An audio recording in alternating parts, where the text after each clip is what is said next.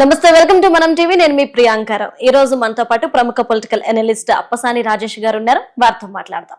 నమస్కారం సార్.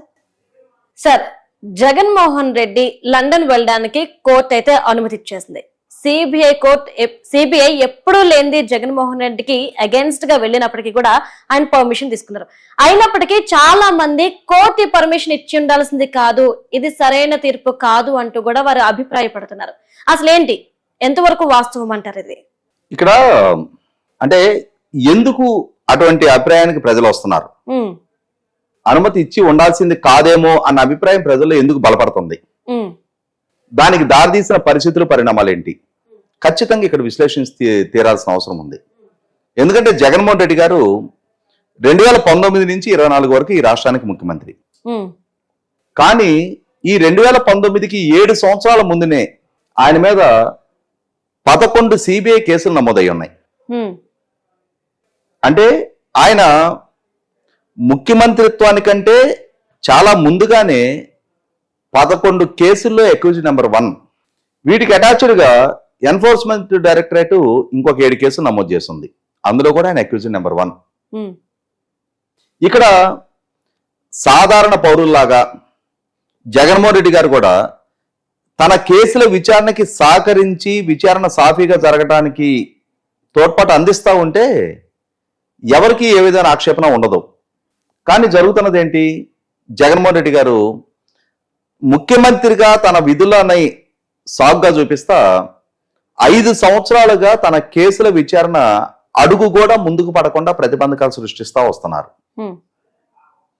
అంటే ఇది సామాన్యులకు దక్కని ప్రివిలేజ్. ఇది ముఖ్యమంత్రి అయిన మాత్రాన ఆయన మీద నమోదైన కేసుల విచారణకి ఇన్ని ఆటంకాలు సృష్టిస్తున్నా కూడా ఆయన ఒక కండిషన్ బెయిల్ మీద ఉన్న అక్యూజ్డ్ అయి ఉన్నప్పుడు ఆ బెయిల్ రద్దుకు పట్టుబట్టాల్సిన విచారణ సంస్థ ఆ దిశగా చర్యలు తీసుకోవాల. పదే పదే కేసులు విచారణకి హాజరు అవ్వాల్సిన సందర్భంలో నాకు ముఖ్యమంత్రి విధులు వల్ల నేను హాజరు కాలేకపోతున్నా, నేను ఒకసారి కోర్టు విచారణకి హాజరైతే 60 లక్షల రూపాయలు ఖర్చు అవుతుంది, ట్రాఫిక్ జామ్ అవుతుంది, అక్కడ కోర్టులో ఉన్న మిగిలిన కక్షిదారులకు ఇబ్బందికరమైన పరిస్థితులు తలెత్తుతాయి, ఇటువంటి సాకులు చెప్తా ఉన్నారు. ఇటువంటి సాకుల ప్రాతిపదికగా 3500 సార్లు కేసుల విచారణ నుంచి తప్పించుకున్నారు. ఆయన వాయిదాలు తీసుకోగలిగారు 3500 టైమ్స్. ఇప్పుడు మరి ఆ ముఖ్యమంత్రి విధుల నుంచి కొంత తాత్కాలిక విరామం దక్కింది. ఇప్పుడు విచారణకైనా సహకరిస్తారా?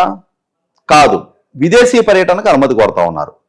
ఇక్కడ ప్రజల్లో ఉన్న అనుమానాలు ఏంటి అంటే, ఇప్పటి వరకు ముఖ్యమంత్రిగా ఉన్నారు, ముఖ్యమంత్రిగా ఉండి వ్యక్తిగత హాజరు నుంచి మినహాయింపు పొందగలుగుతా ఉన్నారు. రేపు ప్రజా తీర్పు ఎన్నికల్లో తనకి ప్రతికూలంగా కానీ వచ్చిన పక్షంలో, ఈ ముఖ్యమంత్రి పదవి పోయిన పక్షంలో తప్పనిసరిగా కోర్టు విచారణకు హాజరవ్వాల్సిన పరిస్థితులు. 11 కేసులు, ఈడీ ఒక 7, 18 కేసులు ఉన్నాయి. వీటికి తోడుగా వివేకానంద రెడ్డి గారి కేసు విచారణ ఇప్పటికీ ఇన్కన్క్లూజివ్ గానే ఉంది. అందులో కూడా జగన్మోహన్ రెడ్డి గారిని, భారత్ గారిని విచారించి తీరాలి అని చెప్పని డాక్టర్ సునీత గారు డిమాండ్ చేస్తా ఉన్నారు. రేపటి రోజున ఈ ముఖ్యమంత్రి పదవి హోదా దిగిపోతే రేపు ఆ విచారణకి కూడా హాజరు కావాల్సిన పరిస్థితులు ఉత్పన్నం కావచ్చు. వీటికి తోడుగా ఈ 5 సంవత్సరాల పాలనా హయాంలో ఆయనే ఒక మార్గం చూపించున్నారు. చంద్రబాబు నాయుడు గారిని గత ఆయన పరిపాలనా హయాంలో ఆయన తీసుకున్న నిర్ణయాల ప్రాతిపదికగా ప్రజాధన దుర్వినియోగం జరిగింది అని చెప్పి ఆయన మీద కేసు నమోదు చేసి అరెస్ట్ చేశారు. ఇప్పుడు ఈయన పాలనా హయాంలో కూడా అటువంటి కేసులు నమోదు చేయడానికి ఆస్కారం ఉన్న అంశాలు ఒక 100 ఉన్నాయి. కనీసం నిన్ననే గౌరవ సుప్రీంకోర్టు ఇసుక అక్రమ తవ్వకాలు జరుగుతున్నాయి అని చెప్పని ministry for environment and forest వాళ్ళు గౌరవ సుప్రీంకోర్టుకి నివేదిక ఇస్తే ఆంధ్రప్రదేశ్ ప్రభుత్వం అక్రమార్కులతో కొల్యూడయ్యి అక్రమ తవ్వకాలకు పాల్పడుతున్నారు అని చెప్పని, నేషనల్ గ్రీన్ ట్రిబ్యునల్ ఆదేశాలు ఉల్లంఘించారు అని చెప్పని కేంద్ర ప్రభుత్వ మంత్రిత్వ శాఖ సుప్రీంకోర్టుకి నివేదిక ఇచ్చింది. సో రేపటి రోజున చాలా కేసులు నమోదు కావడానికి ఆస్కారం ఉంది. ఒకటి కాదు, ప్రజాధన దుర్వినియోగం అని చెప్పని చంద్రబాబు నాయుడు గారి మీద ఉచితంగా ఇసుకిచ్చిన కారణంగా కేసు నమోదు చేశారు. మరి ఇప్పుడు జగన్మోహన్ రెడ్డి గారి ప్రభుత్వ హయాంలో కొన్ని వేల కోట్ల రూపాయలు దుర్వినియోగం చేసి ప్రభుత్వ భవనాలకి వైసీపీ పార్టీ రంగులేశారు.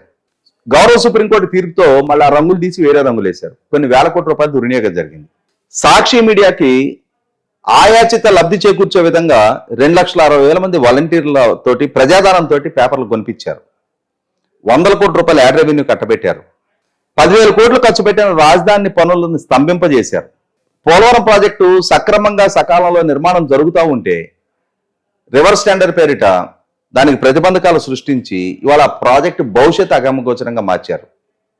ఇట్లా ఆయన మీద నమోదు చేయదగ్గ అభియోగాలు చేంతాడంత లిస్టు ఉంటాయి. రేపటి రోజున వీటికన్నిటికీ కేసులకి ఆయన చూపించిన మార్గం రేపటి రోజున ఈ రాబోయే ప్రభుత్వం కూడా అదే మార్గాన్ని ఎంచుకుంటే ఒక జీవితకాలం ఆయన కోర్టుల చుట్టూ తిరగడానికే సరిపోద్ది. నెలలో ఎన్ని వర్కింగ్ డేస్ ఉంటే అన్ని వర్కింగ్ డేస్ రోజువారీ లెక్కన కోర్టులకు హాజరు కావడానికే డేట్లు సరిపోవు ఆయనకి.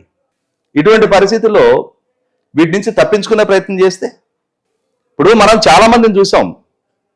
విజయ్ మాల్యా బ్యాంకులకి డిఫాల్టర్ గా మారి ఈ దేశం నుంచి తరలి వెళ్ళిపోయే నాటికి అతను కూడా రాజ్యసభ సభ్యుడు, ఎగువ సభకి ప్రాతినిధ్యం వహిస్తా ఉన్న చట్టసభ సభ్యుడు. అతను ఎవరన్నా ఊహించారా అతని దేశం నుంచి వెళ్ళిపోతాడని చెప్పని?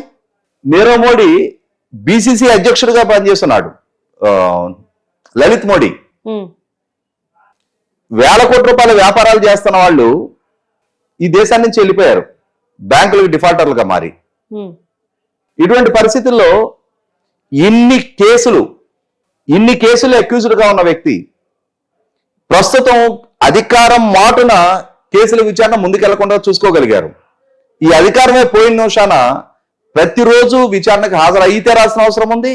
అదే సందర్భంలో ఆ కేసుల్లో ఉన్న డాక్యుమెంట్ ఎవిడెన్స్ ప్రాతిపదికగా ఎన్ఫోర్స్మెంట్ డైరెక్టరేట్ కేసుల్లో ఉన్న డాక్యుమెంట్ ఎవిడెన్స్ ప్రాతిపదికగా రేపు ఒక్క కేసులో శిక్ష పడ్డా సరే దాదాపుగా ఆయన ఇక రాజకీయ జీవితం కథం అయిపోయినట్టుగానే పరిగణించాల్సి ఉంటుంది. ఇటువంటి నేపథ్యంలో ఇప్పుడు ఈ వెసులుబాటుని అడ్డం పెట్టుకొని విదేశాల్లో స్థిరపడిపోతారని నేను ఎండార్స్ చేయటల్లా. కానీ ముందు జరుగున్న సంఘటన రీత్యా స్థిరపడిపోతే ఏంటి పరిస్థితి? ఆ రోజు సిబిఐ దీన్ని ముందుగా ఫోర్కాస్ట్ చేసే వాళ్ళు విదేశీ పర్యటనకు అనుమతి ఇవ్వద్దు అని చెప్పని న్యాయస్థానాన్ని అర్థించారు. ఎందుకంటే అటువంటి ప్రమాదం తలెత్తితే ఆయన ప్రస్తుతం పాపులర్ సీఎం కావచ్చు, దానికన్నా ముందు నెంబర్ ఆఫ్ కేసెస్ లో అక్యూజ్ నెంబర్ 1. ఇది ఎంత వాస్తవమో అది కూడా అంతే వాస్తవం. చట్టానికి లోబడి విచారణకు సహకరించి తీరాల్సిన అక్యూజ్డ్, అందులో ఎటువంటి డిస్ప్యూట్ లేదు. కానీ ఒక అడిషనల్ ప్రివిలేజ్ ఆయనకి ముఖ్యమంత్రిత్వం ద్వారా దక్కింది. ఈ ముఖ్యమంత్రిత్వం పోయిన నిమిషాన్ని ఆ ప్రివిలేజెస్ ఏముండవు. సాధారణ ముద్దాయిలాగానే కేసులకు హాజరు కావాల్సిన పరిస్థితులు ఉత్పన్నమవుతాయి. వీటి నుంచి తప్పించుకోవాలి అని అంటే ఆయనకి ఇక్కడ ఉన్న ఇండియాలో ఉన్న ఆస్తిపాస్తులు మొత్తం ఆల్రెడీ ఈడీ అటాచ్మెంట్ లో ఉన్నాయి. ఈ కేసులు కనుక ప్రూవ్ అయితే ఈ ఆస్తులు కూడా ప్రభుత్వానికి సరెండర్ చేయాల్సిన పరిస్థితులు ఉత్పన్నం కావచ్చు. అందుకని ఇప్పుడు ప్రతిపక్షాల నుంచి వస్తున్న ఆరోపణ ఏంటి అంటే ఈ మధ్య కొంతమంది ఎన్ఆర్ఐస్ కూడా మాట్లాడుతూ చెప్తా ఉన్నారు, ఆయన చాలా సంపద విదేశాలకు తరలించేసుకున్నారు, రకరకాల ఆరోపణలు వస్తూ ఉన్నాయి. ఏదో ఐలాండ్ కొనుక్కున్నారు, ఇట్లా రకరకాల ఆరోపణలు వస్తున్నాయి. అవి నిజమవునో కాదో నాకు తెలియదు. కానీ కొంతమంది సెలబ్రిటీ స్థాయి వాళ్ళు, వివిఐపి స్థాయి వాళ్ళు, పెద్ద పెద్ద పారిశ్రామికవేత్తలు, వేల కోట్ల రూపాయల ఆస్తిపరులే ఈ దేశాన్ని దాటెళ్ళి వేరే దేశాల్లో ఇవాళ ఇక్కడ చట్టాల నుంచి దూరంగా వెళ్ళిపోయి వాళ్ళు షెల్టర్ తీసుకుంటా ఉన్న నేపథ్యంలో ఏమో గుర్రం ఎగరావచ్చు, దేనికైనా ఆస్కారం ఉంది. కాబట్టి న్యాయస్థానం అనుమతి ఇవ్వకుండా ఉంటే బాగుండేదేమో అన్న అభిప్రాయం చాలా మందిలోంచి వ్యక్తం అవుతున్నది వాస్తవం. Okay, right. Thank you so much sir.